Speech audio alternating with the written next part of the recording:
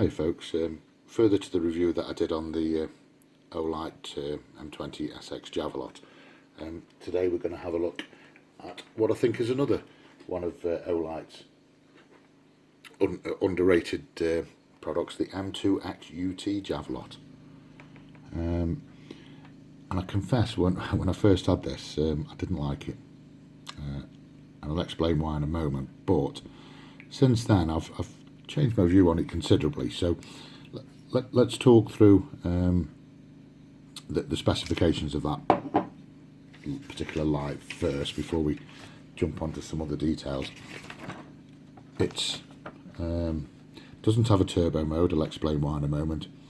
It's got your low, medium, high, and your strobe. And your high mode is 1020 lumens, medium is 250 lumens, low 20 lumens.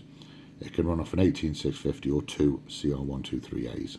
I'd stick with the 18650, you'll get much better performance on that. It's IPX8 rated, and drop resistant to 1 meter. And I think the clue here is as to why this light just doesn't seem to receive the favour that it probably should. A high mode of 1020 with no turbo mode. However, the unusual thing about this light for its size is the enlarged head and the smooth reflector. And I don't know whether you can see in there, well you probably can't, so take my word for it. That's a de-domed Cree LED in there.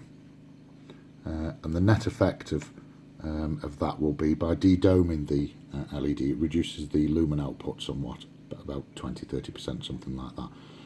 But it massively concentrates the intensity of the beam. So this particular torch is an out-and-out thrower. That's all it's designed to do. Just concentrate that beam and give us a fantastic throw. And the fact, one of the features that I really like about it, that it didn't initially, strike me as this thing will run on high. It doesn't get hot, and you can just simply keep it on high. There's none of this step down business in reducing its power because it's getting too hot. It will run at that full power on that immensely concentrated beam, which I'll show you later, and it will run without getting hot. Absolutely fantastic. The bit that I didn't like about it, but I've got used to it now, is with your tail cap we've got it on, and to adjust the output we've kind of got to twist this little thing. Yeah, I don't really probably see it. I find it ever so awkward. We've got to kind of twist the head a little bit like that, and it changes its power modes. I found with gloves on, when I was doing that, I was also slightly unscrewing the tail cap, which switches it off. So I found that mode of operation a little bit, sorry, let's turn it off. This mode of operation of slightly twisting it to change to change the power mode. Well, you can't do it one-handed.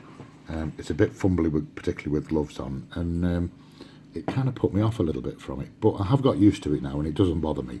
And to be honest, given that it doesn't get hot, and given that the runtime is pretty impressive anyway, at sort of an hour plus, depending on the battery that you put in it, I've generally got it on high anyway. So I've got over that, and this rates as sort of one of my favourite torches. So I'll show you how it performs later on. Hi folks, I've got the Olight M2X. I featured this light in a previous video, so I'm not going to, as with the M20, linger on too much about it. But I am just going to quickly talk through why I like this torch so much. It's a reasonable size for me out dog walking this type of thing that we're doing at the moment. Excuse me. It's only, and I say only, 1000 lumens. That's on its high mode. It doesn't have a turbo mode. This torch will run on high mode for as long as the battery lasts, which, depending on the type of battery that you choose, that will be sort of an hour and 15 minutes, possibly more. Again, much dependent on the battery that you choose. But the candela rating through the smooth, fairly large diameter and the de-domed LED, the candela rating is through the roof for 1000 lumens. This is a full-blown throwing light, and nevertheless it still throws a reasonable amount of peripheral light in the immediate area, and the camera's having trouble picking that up because it's adjusting to that intensely bright spot there, and dimming down slightly on the sides, but it is considerably brighter around the peripheral, and you're not short of range. I mean, you can go down that path there and it'll see all the way to the end, and it'll just run and run and run across the lake at 100 meters.